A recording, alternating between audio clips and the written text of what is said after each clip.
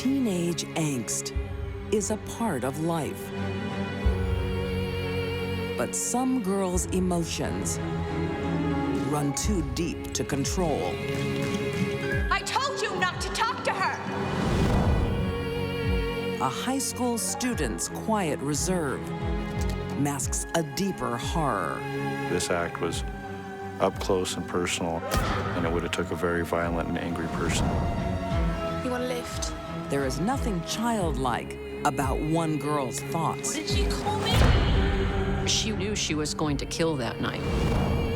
And no one will stand in the way of a love-struck teen. We're done. She's a textbook sociopath. Do it right. No remorse, no empathy, no conscience. For these deadly women, murder is child's play. They are never too young. In 2011, in the remote desert town of West Wendover, Nevada. 18-year-old Tony Fratto leads a quiet life. She was a very shy, withdrawn girl, very intelligent, very diligent in her work. Then, everything changes when she meets 18-year-old student Cody Patten. Cody! Tony falls head over heels. I missed you. I've only gone out. She put all her cards into Cody. Well, what can I say? I'm in love. I can't be happy without him. He's my world. Hi. Tony definitely was obsessed with Cody.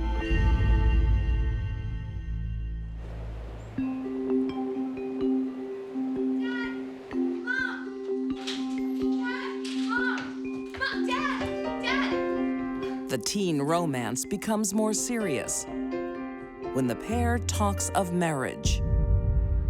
We have some good news. We're getting married. Tony's parents worry their daughter's too young, I'll be back. We're gonna go tell Cody's dad. and Cody is a bad boy. Cody had a reputation for having problems throughout his life with anger. Still so young. What if they elope? One day, he'd be sweet and attentive and a good student, and the next, a holy terror. Therefore repent all ye ends of the earth. Tony's parents decide not to fight the teen love and open their home to Cody. What's your favorite passage? They're very good people, and I believe that they thought they could help him with being a constructive family. A glory in my Jesus, for he hath redeemed my soul. A glory in truth. There. It's so great just living here. They'll also be able to keep an eye on their daughter. I still think you should wait a little longer. I love him. He loves me.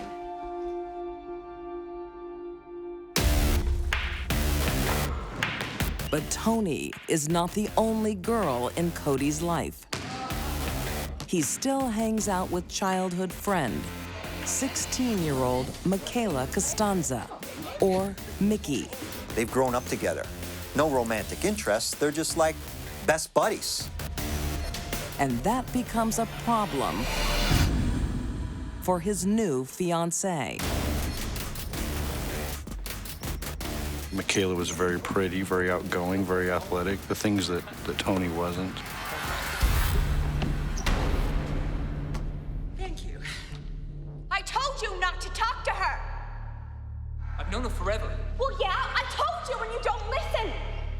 I love you. Oh, no, you don't. You don't only love me. Tony! Tony's insecurities start eating her up. Tony's diaries revealed what she was really feeling and thinking. That Cody was eventually going to leave her for another woman. It really shows that Tony didn't have much self-worth. She had low self-esteem. And that comes out in many different ways. Tony goes on the offensive. Who do you think you are? There's one day when Tony is giving Mickey a real hard time, you know, bullying her, calling her names. Tony, I have a boyfriend. What do you want with my man? That sort of thing. Just stay away!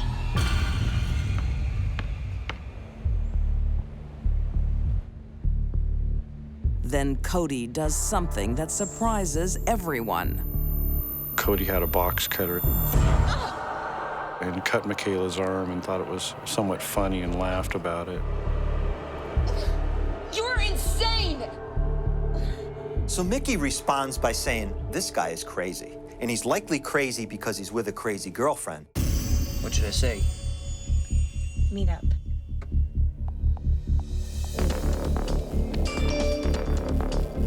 Thanks to Tony's jealousy, a lifelong friendship is falling apart.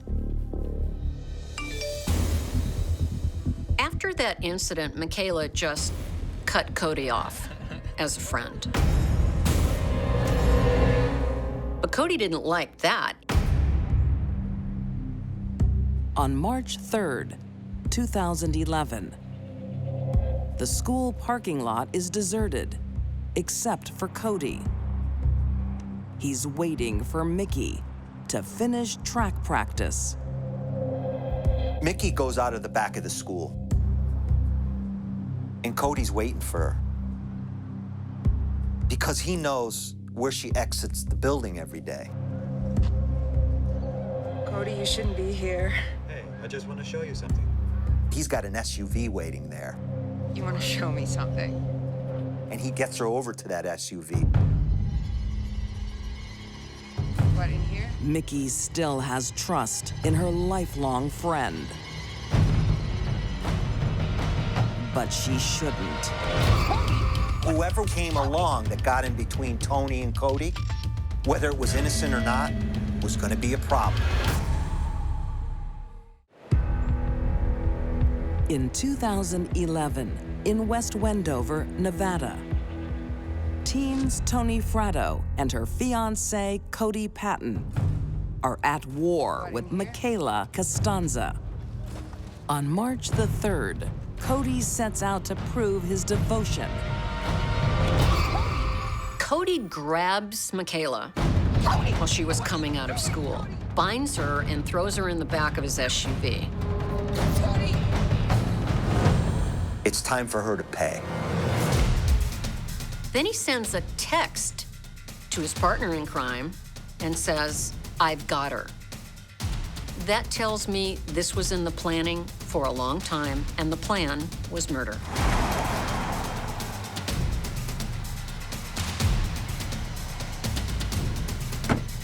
What did I say? I couldn't imagine the intense fear that girl went through. Shut up!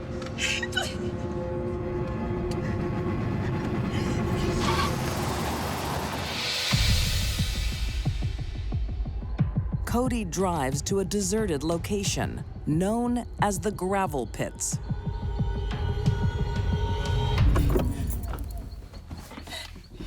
It's going to be the last place that Mickey sees, unfortunately. Cody! Cody, please! No! No!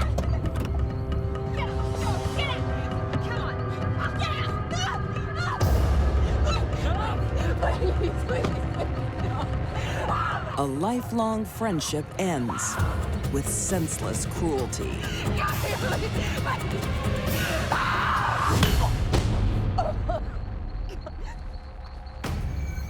Cody was friends with this girl.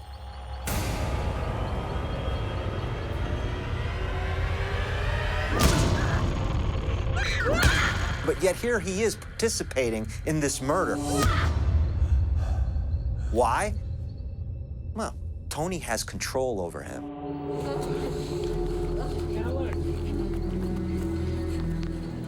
She had sat on her legs and helped cut her throat. It was very up close and personal. It was very, very violent.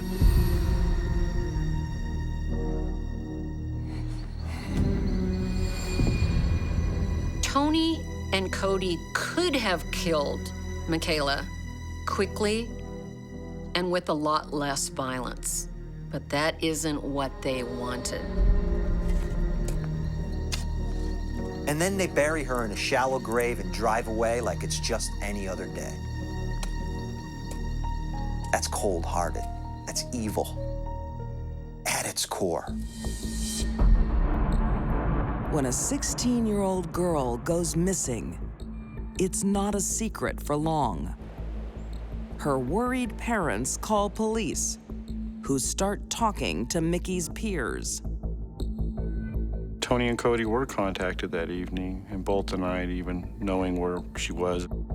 But the school's security cameras tell another story. They'd begin to look at some surveillance video taken from the school. And that's where they see Cody. So Cody has some splaining to do. The bravado he displayed while beating his friend to death deserts Cody Patten under police interrogation. Cody tells the story of the murder and what happened.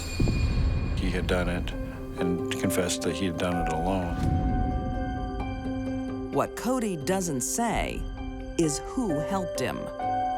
He doesn't even mention Tony's name. They have no reason to believe she was even there. Tony Fratto is about to get off scot-free until she confides in the wrong person. It's okay, Tony. Cody's father. Do this. Are you sure this will help Cody? After Cody was arrested, Tony was speaking with his father and told him that she was present when Michaela was murdered. Cody's father didn't even wait for her to get dressed. In her pajamas, he drove her to Cody's lawyer's office. I remember. I don't know whether she thought she was implicating herself or she thought that maybe this was going to cast a shadow of a doubt for Cody's case.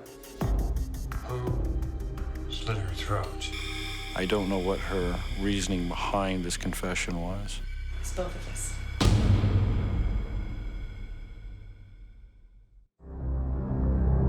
In 2012, the pair is found guilty of murder. Cody Patten receives life with no parole for first-degree murder. Tony Fratto pleads guilty to second-degree murder. She is sentenced to life with the possibility of parole after 18 years.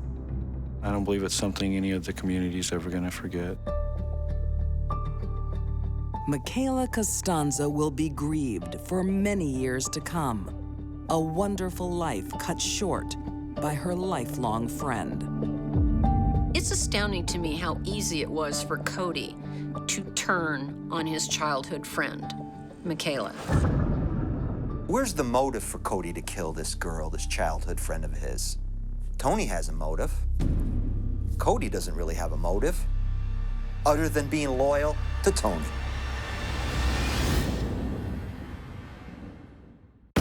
A crime can be so horrific, I could not believe a girl was capable of this type of focused rage and anger. so disturbing, She wrote, "I wish I could kill you again. Your terrified screams turn me on."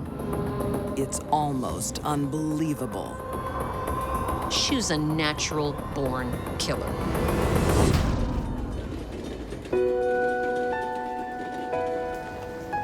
The city of Camberley, England, 1991. 11-year-old Sharon Carr is popular with both students and teachers.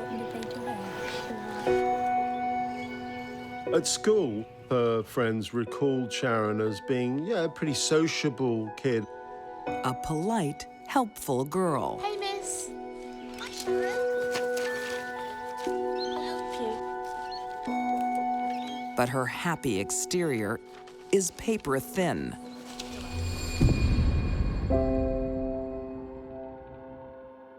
inside Sharon is a lost little girl. Sharon Carr's early life was classically tragic. One of 4 kids her mother had by 3 different men. She was given little attention.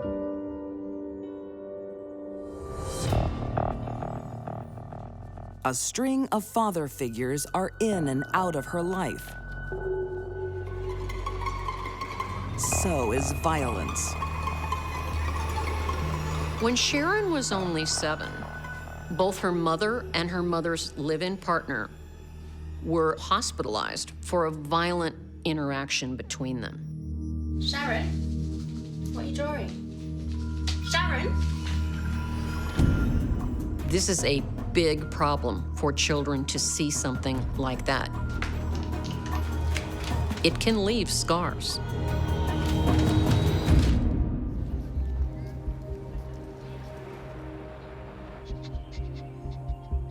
Come on, boy. To the outside world, Sharon seems fine.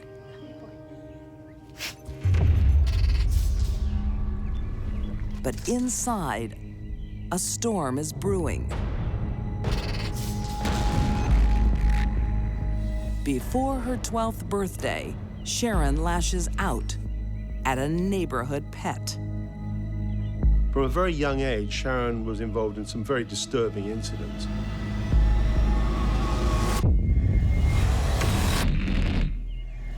She has used a shovel to decapitate a dog. When a child tortures or kills animals, they're trying to take control of their life. They can dominate power, control, and their sadistic tendencies over a helpless animal.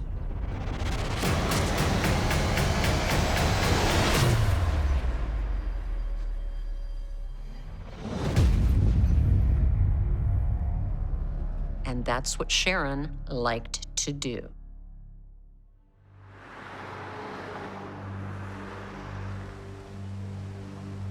Her mother can't control Sharon.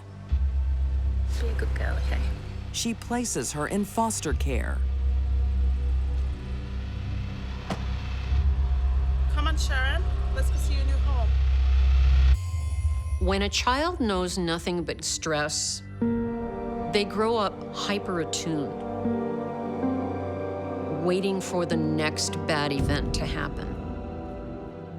When Sharon was removed from her mother's home and put in foster care, things did not go well. A month later, she's back home. Not just angry, but rejected.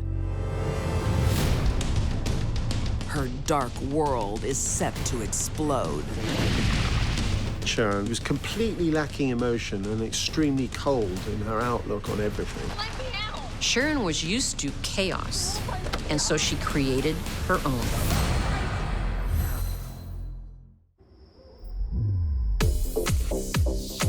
The English city of Camberley, in the early hours of Friday, June 6th, 1992. 12-year-old Sharon Carr is cruising the streets, looking for fun with 2 male friends. Normally, it would be shocking to know that a 12-year-old was out at 2:30 in the morning. But Sharon didn't have any boundaries, no rules. If there were, she broke them anyway. Also out on the town is 18-year-old hairdresser Katie Ratcliffe. But her night ends in tears when she bumps into a former boyfriend. Katie had actually recently split up from her boyfriend. I'm really sorry, but... She found out he was dating another girl, and this clearly upset her. The dejected hairdresser is vulnerable when the girls' worlds collide. No, I've never seen it before. Oi, darling, you want a cigarette? It's 2:30 in the morning. Katie is outside the nightclub. They've shut the doors. She's pretty tipsy from the alcohol she's consumed. She's still very upset. That'd be really nice, thanks. You want a lift? Yeah, sure, why not? Katie thought she was getting a ride home.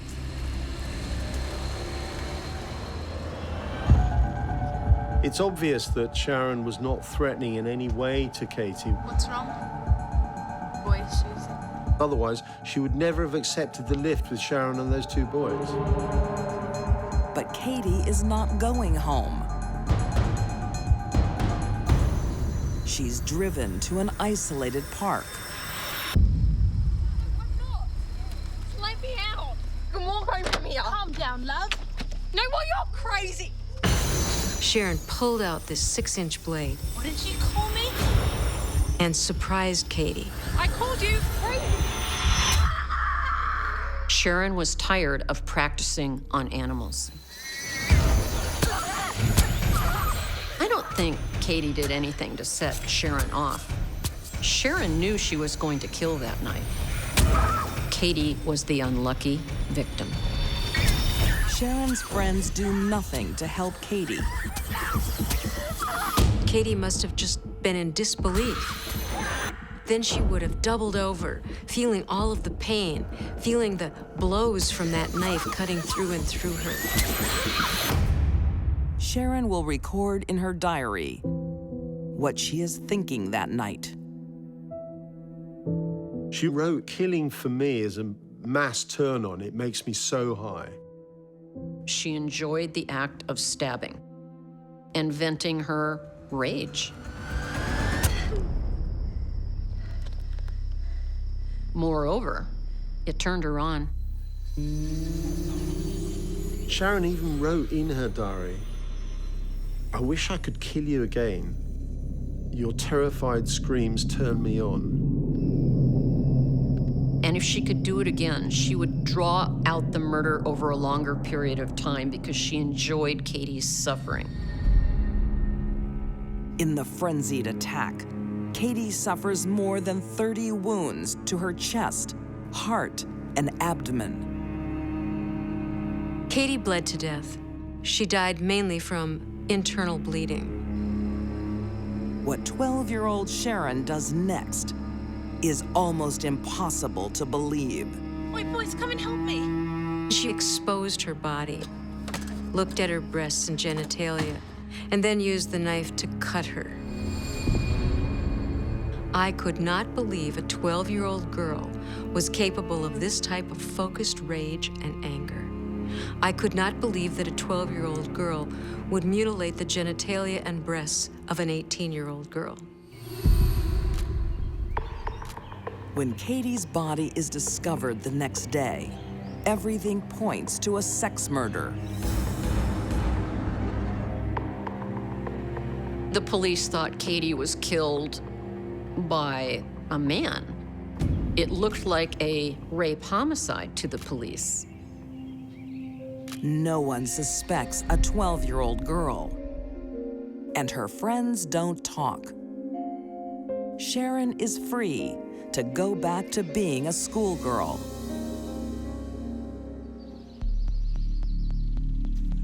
Until, on the 2nd anniversary of Katie's murder, What did you do that for?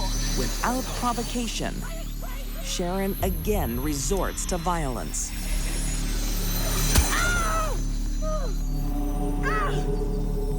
The 7th of June must have meant something to Sharon. It was the day of her first murder, and it looks like she tried to do it again. This time, Sharon is arrested and sentenced to 2 years in youth detention. And police discover her macabre diary. Sharon admitted to the murder of Katie and the sexual pleasure she gained from that.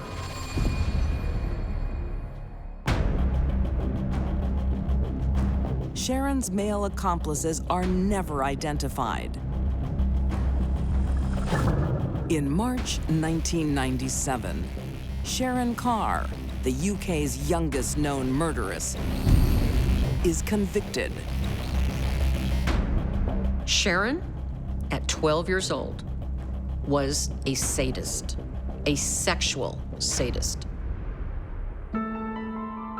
In prison, Sharon's finally diagnosed as suffering from schizoaffective disorder, a combination of schizophrenia and a mood disorder. Schizoaffective disorder is the double whammy of psychiatric problems. This is a condition marked by profound mood swings and periodic psychoses. Bad combo. Most people diagnosed with it do have difficult lives, but they do not become killers. Sharon was different. Sharon gives mental illness a bad name.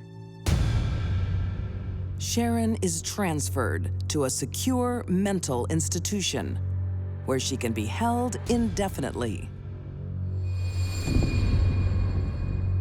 Sharon remains under the care of a mental institution to this day. And to this day, few can believe a 12-year-old girl capable of such cruelty. But Sharon's mental instability took hold at a very early age.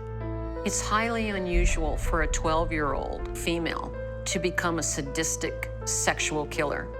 I've never even heard of it before this case. But Sharon was ahead of her time.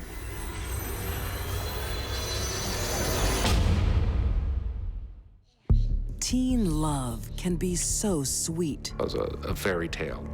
But when young hearts clash, She went after the boyfriends of other girls. romance comes to a bitter end. Together you have this toxic mix.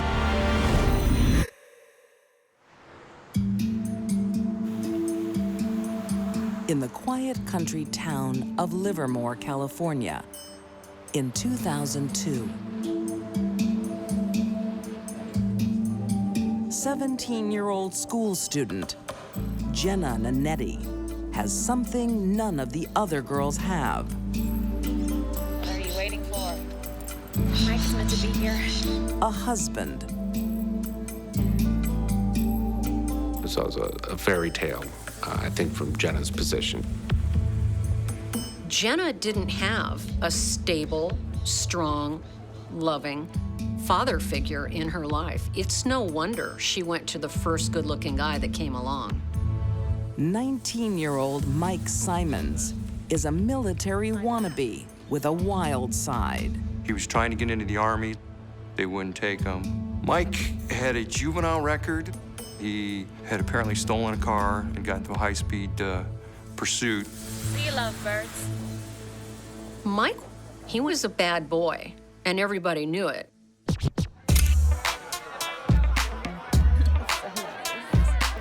Jenna soon learns that tying the knot doesn't tie Mike down. Michael Simons was an attractive person who a lot of women wanted to be with. One of them is fellow schoolgirl, 17-year-old Katie Bellflower. Katie wasn't well liked at high school because she had a tendency to go for the boyfriends of other girls. Now Katie sees a chance to steal a girl's husband. Mike was married, but that didn't stop Katie. The fact that he had a wedding ring on, that was just catnip to her. The young seductress has no trouble charming Mike. In just 3 months, Jenna has gone from hitched to ditched. He moved out and then moved in with Katie Bellflower. Mike, can we talk? No, I'm done talking. But Jenna's not giving up her husband Please, hon. without a fight. I still love you. Despite the fact that Mike was leaving every indication he was not going to be a good catch, I can't live without you. Jenna still wanted him back. Katie has no sympathy. Katie Bellflower, at the tender age of 17, We're done. was a ruthless, heartless woman.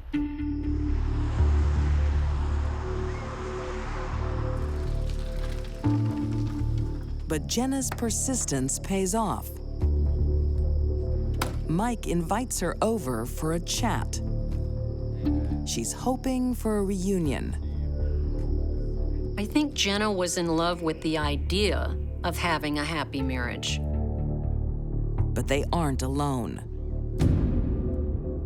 Katie and loyal friend, 20-year-old Jeffrey Hamilton, are watching and listening. Jeffrey Hamilton was a social misfit, basically no friends other than Catherine Bellflower and Mike Simons. Okay, get the car. Jenna's dream of a new beginning becomes a nightmare. Katie retrieved a baseball bat from within the residence.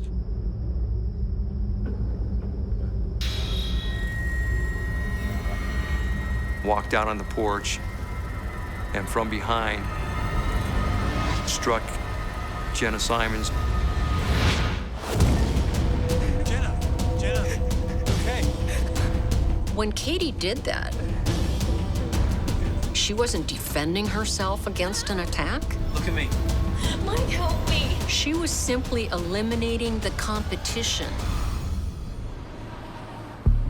Katie and Jeff disappear, leaving Mike to comfort Jenna. But he doesn't take her to the hospital straight away. Mike, take me to the hospital. He's got business to attend to. We've got to get back to Katie first. I think I know where she is. Jenna begged him to take her to the hospital. And he convinced her, no, we don't want to do that. We need to go after Katie. The first blood has been spilt. Before dawn, there will be more. You got this mixture of personalities, and together you have this toxic mix. It's absolutely shocking. In Livermore, California, two 17-year-old girls love for the same man. Mike Simons turns to war.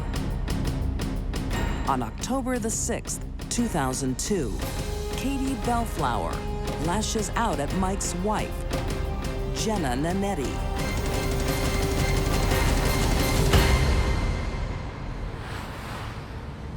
Mike convinces Jenna to hunt down Katie and seek revenge.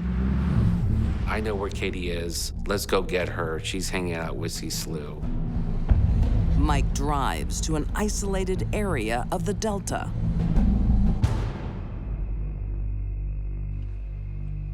Waiting there for Michael and Jenna were Katie Bellflower and Jeffrey Hamilton. Are they even gonna come? Yes, okay, just calm down. They'll be here. Katie has recruited Jeffrey Hamilton to be her getaway driver. It's them. Katie had enormous influence and power over Jeff. He would do anything for her. Give me the gun. Jenna has no idea. She's been lured into a trap. Do it right.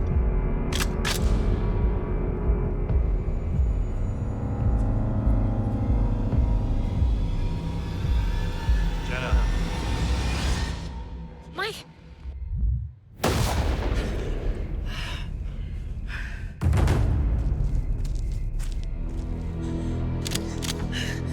Mike. Beg for your life and I may let you live.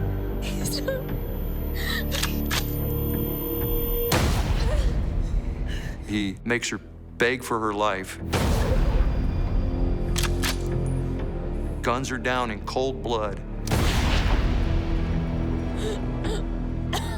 But she won't die. She's not dead yet. I need more ammo. What? How long is this gonna take?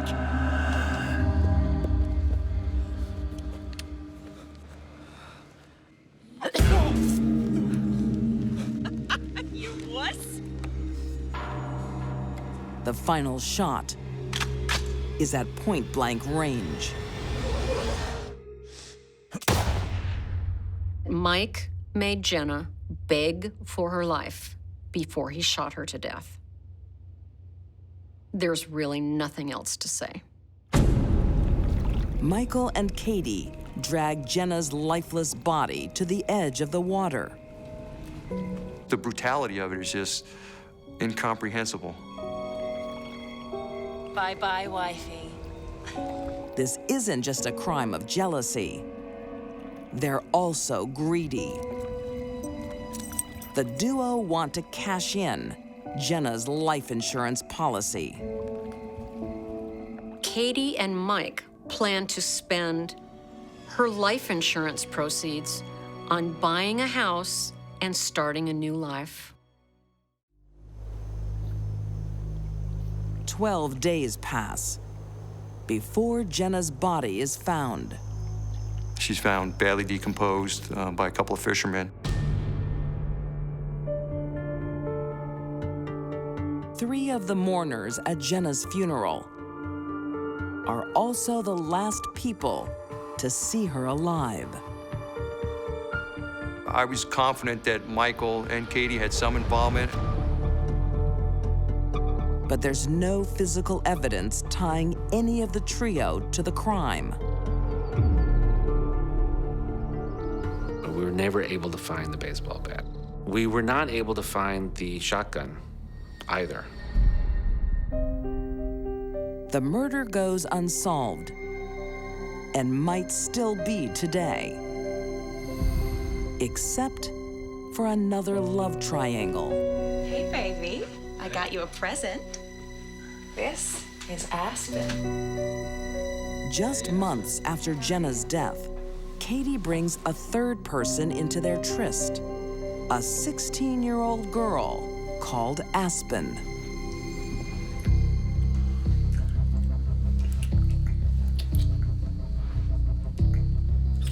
Katie liked to control people. I think that's why she invited Aspen, her friend, in for a 3-way with her boyfriend, Mike. But when Katie becomes pregnant, she is in no mood for sharing. Catherine Bellflower became pregnant with Michael's child and decided that Aspen was in the way. To Katie, the solution is simple. Katie had gotten away with murder. And that emboldens someone, the killer, to do it again. But Katie doesn't want to get her hands dirty.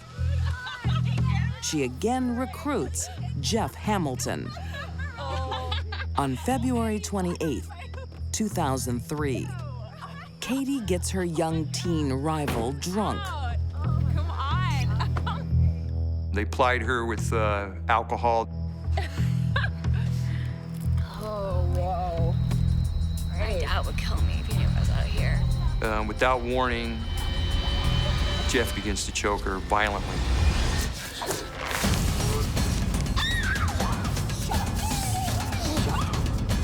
As Aspen fights for her life, Katie whispers a chilling promise. I killed Jenna, and now I'm gonna kill you. It's okay. What's going on here? But fate interrupts. Is she all right? Police officer Tim Phillips is on a routine patrol. I saw one young lady who was laying pretty much on her back. Another young lady that was kneeling next to her, kind of embracing her. It's okay, officer. We got it. I noticed Katie Bellflower was wearing rubber gloves, as was Jeffrey Hamilton. Yeah. Katie thinks fast. We got it.